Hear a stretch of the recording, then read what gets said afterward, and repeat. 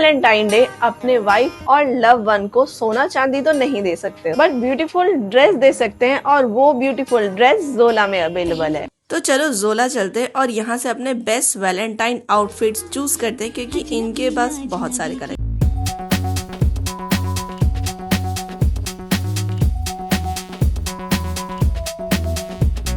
Gift करो अपनी wife और लव वन को मोस्ट स्टाइलिश और कंफर्टेबल ड्रेस।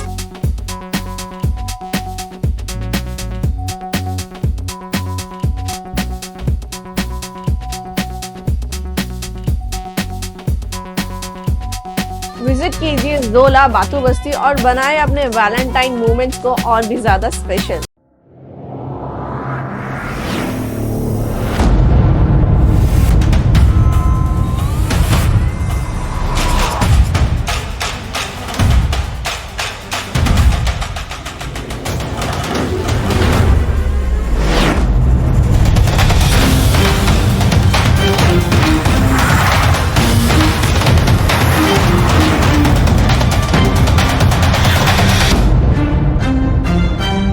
मनोज पॉल तो सीधे तौर पे कहता है कि पीबीएमसी यानी कि पाकिस्तान म्युनिसिपल काउंसिल,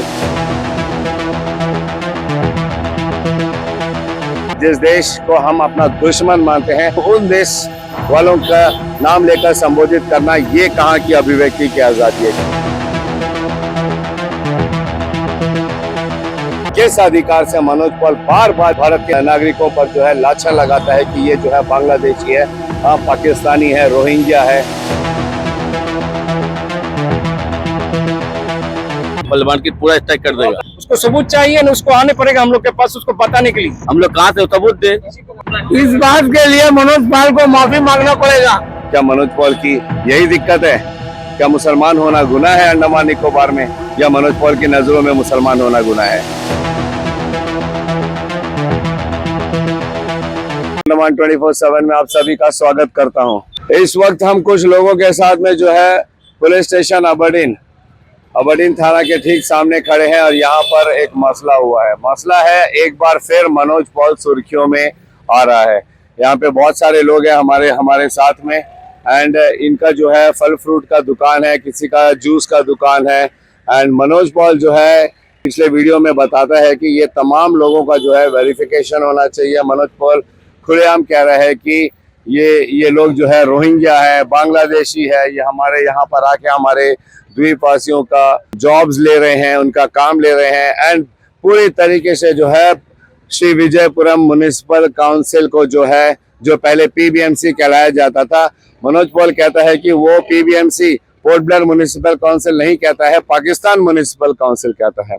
हम मानते हैं कि हमारे देश में अभिव्यक्ति की आज़ादी है, freedom of right to speech है, मगर वो अभिव्यक्ति की आज़ादी इतनी नहीं होनी चाहिए कि आप बिना किसी सबूत के, बिना किसी जांच पड़ताल के आप जो मन में आए कह दे। एक ऐसे देश का नाम के साथ हमारे म्युनिसिपल काउंसिल को जोड़ दें जिस देश को हम अपना दुश्मन मानते हैं। आज़ादी से लेके अब तक उस देश ने हमारे देश में हमारे जवानों के साथ, हमारी जनता के साथ क्या क्या जुल्म अत्याचार किए हैं, कितने सारे टेररिस्ट एक्टिविटीज़ किए हैं। हमारे ही देशवासियों को उन देश वालों का नाम लेकर संबोधित करना ये कहाँ की अभिव्यक्ति की आज़ादी है? क्या हमारी प्रशासन, हमारी सरकार ऐसे वाक्यों के ऊपर में जो भी ये बंदा कहता है उसके ऊपर कोई एक्शन लेगा या नहीं लेगा? या तो फिर क्या मनोज पॉल की बातों में अगर जरा भी सच्चाई है तो हम उन्हें सैल्यूट करेंगे, क्योंकि उससे पहले जांच पड़ताल होनी चाहिए कि जो वो एलिगेशंस वो लगा रहा है, आरोप लगा रहा है, उन बातों में कितनी सच्चाई है।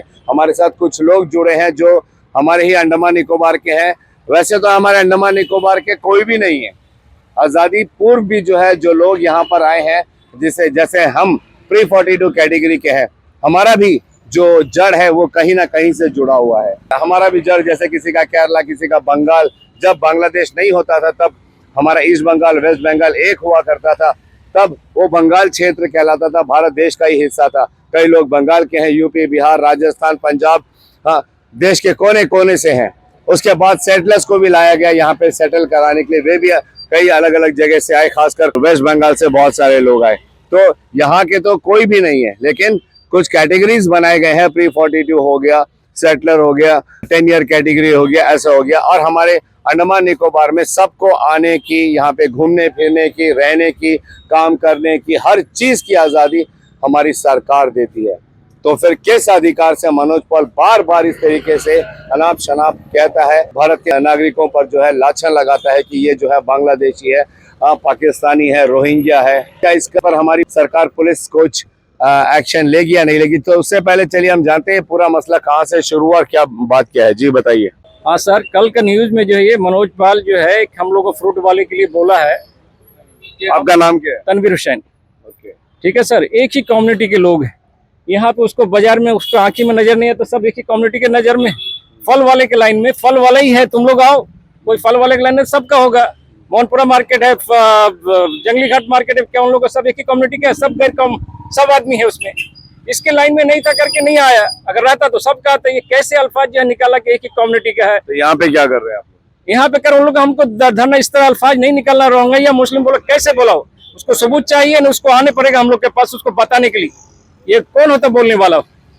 हिंदुस्तानी हम लोग, इंडियन है, कैसे तो हमारे ऊपर दाग लगा सकता हो? लाइसेंस है आप लोग? सब कुछ है, दुकान का रेंट बांधते से कई सालों से, हमारा बाल बच्चे सब इधर में है। बगैर इंक्वायरी कैसे बोल सकते हो कि सबसे बड़ा आदमी है और इंडिया का कैसे बदनाम कर सकते? क्या आपका नाम क्या है? मेरा नाम मोहम्मद चांदली है। आपका? मोहम्मद मुशर्रफ। आपका? अली मोहम्मद अंजार। आपका? नईमुद्दीन। मोहम्मद सलामुद्दीन। मोहम्मद मुशर्रफ। मोहम्मद सोहराब। मोहम्मद शमशाद। मोहम्मद शहबाज। मोहम्मद हसन। मोहम्मद इस्राइल। यहाँ जितने आपको मिलेंगे ज्यादातर जो है हमारे जो फल व्यवसाय के इसमें जुड़े हुए हैं वे जो है मुसलमान समुदाय के हैं। क्या मनोज पॉल की यही दिक्कत है? क्या मुसलमान होना गुनाह है अंडमान निकोबार में, या मनोज पॉल की नजरों में मुसलमान होना गुनाह है? वैसे जिस तरीके से मनोज पॉल कहता है कि इस व्यवसाय को पूरे एक समुदाय ने, एक कम्युनिटी ने कैप्चर कर रखा है, यहाँ पे गलत तरीके से काम चल रहा है।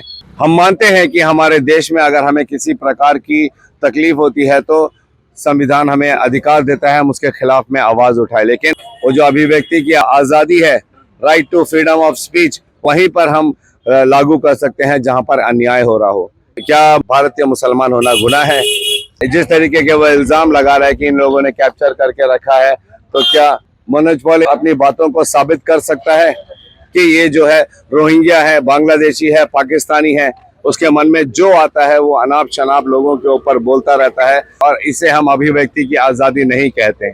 इन लोगों को जो दिन रात मेहनत करते हैं, पसीना बहाते हैं ताकि हमारे द्वीपों में फल फ्रूट आए, इनके ऊपर में पाकिस्तानी बोल देना, एक ऐसे देश का नाम लेना जिस देश को हम अपना कड़ा दुश्मन मानते हैं। आजादी से लेके अब तक पाकिस्तान ने जो हमारे साथ जुल्म किया है, जो टेररिज्म किया है, यहाँ पे नफरत होती है हमें उनका नाम सुनकर भी। और मनोज पॉल खुलेआम जो बिना सबूत के ऐसे कह देता है कि जैसे उसके लिए कोई मसला ही ना हो, इनको रोहिंग्या बता देता है, इनको बांग्लादेशी बना देता है। मनोज पॉल के पास क्या सबूत है कि ये लोग रोहिंग्या है या बांग्लादेशी है? और अगर सबूत है तो फिर मनोज पॉल पेश क्यों नहीं करता? क्यों जाके लोगों को इस तरीके से परेशान करता, उनके ऊपर में इल्जाम लगाता, और हमारी प्रशासन क्यों चुप है? क्या अभिव्यक्ति की आजादी ये इतनी आजादी देती है कि किसी को भी डिफेम कर दे, किसी के ऊपर जो मन में आए आरोप लगा दे? इसलिए आज यहाँ पर कई सारे लोग जो फ्रूट बिजनेस से जुड़े हुए हैं, वैसे हम आपको बता दें वहाँ पे सिर्फ मुसलमान नहीं, वहाँ पे एक दुकान है जो किसी दास नाम के व्यक्ति का है जो फल मार्केट चलाते हैं। बात यहाँ पे हिंदू मुसलमान की नहीं है, मगर मनोज पॉल जो है इसे पूरी तरीके से ये हिंदू मुसलमान का रंग देने का प्रयास कर रहा है। किस लिए? क्या वो अपनी राजनीति को चमकाना चाहता है? क्या वो अंडमान के लोगों को बेवकूफ समझता है कि कुछ भी बोलेगा, अनाप शनाप बोलेगा, इस तरीके से लोगों को डिफेम करेगा, तो लोगों के साथ हिंदू मुस्लिम करेगा तो लोग उसे पसंद करेंगे? हम मनोज पॉल को ये बताना चाहते हैं कि मनोज पॉल बिना सबूत के, बिना आधार के अगर किसी पर भी आप इल्जाम लगाओगे तो वो आपके ऊपर ही पड़ेगा, आप ही बैकफुट पर जाओगे। अंडमान की जनता बहुत समझदार है, ये आज हर किसी के हाथ में स्मार्टफोन है, किसी भी प्रकार की जानकारी मिनटों में उंगली दबाते ही आपको मिल जाती है। तो आप ये ना समझे कि आप कुछ भी बोले और लोग उसे एक्सेप्ट कर लेंगे। यहाँ पर लोग खड़े हैं कि मनोज पॉल के खिलाफ में थाना आए हैं ताकि वे जो भी मनोज पॉल ने अपने YouTube चैनल में बोला है उस आधार पर वे लोग चाहते हैं कि मनोज पॉल आके उनसे माफी मांगे और दोबारा ऐसा अनाप शनाप ना बोले। पूरा स्ट्राइक जाएगा, फल मार्केट पूरा स्ट्राइक कर देगा, पूरा फल नहीं मिलेगा। मनोज पाल को यहाँ पे हम लोग को माफी मांगना पड़ेगा यहाँ पे आके, क्यों एक सबूत दे हमको, सबूत दे भाई, वो सबूत दे हमको। हम लोग कहाँ से सबूत दे? गलत होगा तो हम माफी मांगेंगे, वो गलत होगा तो उसको माफी मांगना पड़ेगा 100%। ये जो बोल देगा कि हमको छोड़ दे, हल्के में ले रहे, तो उसका गलत फहमी है।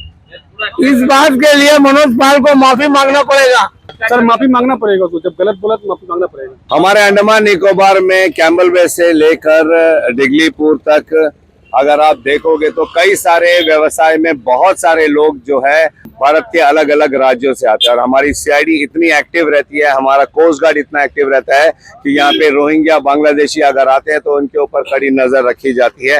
एंड वे लगातार प्रयास करते रहते हैं कि कोई भी जो है इलीगली हमारे अंडमान निकोबार में ना रह सके। हम भी लगातार आप लोगों को कई सारे ऐसे वीडियोस में बताते हैं कि अगर आप लोगों को जानकारी है कि कोई रोहिंग्या है, बांग्लादेशी है, गैर कानूनी तरीके से हमारे देश में रह रहा है, व्यवसाय कर रहा है, तो एक जिम्मेदार नागरिक होने के नाते उस सबसे पहले तो आप पुख्ता जानकारी जुटाएं कि वाकई में वो है या नहीं है, या फिर आप पुलिस की मदद ले सकते हैं, उनको जानकारी दे सकते हैं ताकि वे तहकीकात करें।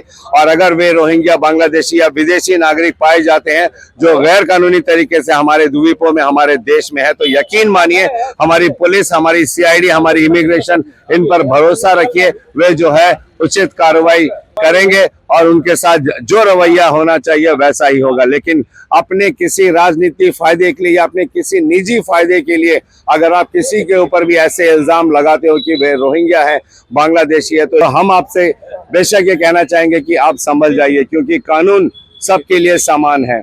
अगर आप बेवजह किसी को डिफेम करते हो, बेवजह किसी के लोगों को परेशान करते हो, तो कानून की वो छड़ी आप पर भी जरूर पड़ेगी। तो आज यहाँ पे बहुत सारे जो लोग फल फ्रूट बिक्री करते हैं, वो बिजनेस करते हैं, वे लोग यहाँ पर आए हैं एंड एकत्रित हो रहे हैं एंड पुलिस स्टेशन में जाके मनोज पॉल के खिलाफ में वे लोग जो है एफआईआर दर्ज कराने की मांग कर रहे हैं। इसकी अपडेट हम आप लोगों को जरूर देंगे, लेकिन हम तमाम अंडमान निकोबार के द्वीपवासियों से ये निवेदन करते हैं कि आप किसी भी बेवजह बातों पर यकीन ना करें।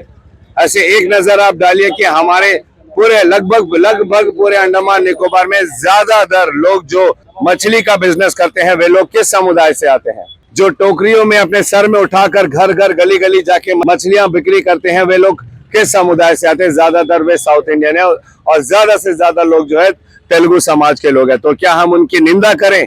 हमें उन्हें सलाम करना चाहिए कि वे हमारे घर गली तक आकर हम तक मछलियां पहुंचाते हैं, फ्रेश मछलियां लेकर आते हैं, कड़ी धूप में बारिश में वे लोग काम करते हैं। तो क्या हम उन पर इल्जाम लगाएं कि सिर्फ तेलुगु समुदाय के लोगों ने मछली बिजनेस के ऊपर में कब्जा करके रखा हुआ है? कई सारे बंगाली समुदाय के लोग हैं जो मुख्य भूमि से जो है सब्जियां मंगवाते हैं यहाँ पर, तो क्या हम उनके ऊपर में इल्जाम लगाए कि सिर्फ वे लोग क्यों कर रहे हैं? ऐसा नहीं है। अगर आपको प्रशासन ने लाइसेंस दिया है कोई चीज का, यानी कि आप कानूनी तरीके से उस काम को कर सकते हो, आपको लाइसेंस लेने से कोई नहीं रोकता है। अगर मनोज पॉल जी आप फल फ्रूट बिक्री करना चाहते हो तो आप भी लाइसेंस अप्लाई करिए, जो भी उसमें प्रोविजन है उसको फुलफिल करिए। आपको भी एक ठेला दिया जाएगा, एक जगह दिया जाएगा, वहां बैठ के आप फल फ्रूट बिक्री कर सकते हो। लेकिन जो लोग कानूनी तरीके से फल फ्रूट बिक्री कर रहे हैं उनके ऊपर धर्म को लेकर, उनके ऊपर रोहिंग्या बांग्लादेशी जैसे इल्जाम लगाकर आप अपनी राजनीति चमकाने का ये जो प्रयास है इसे छोड़ दीजिए। आप कहते हो कि उस मोहनपुरा मार्केट के अंदर में किसी भी बंगाली समुदाय के लोग को दुकान नहीं दिया है।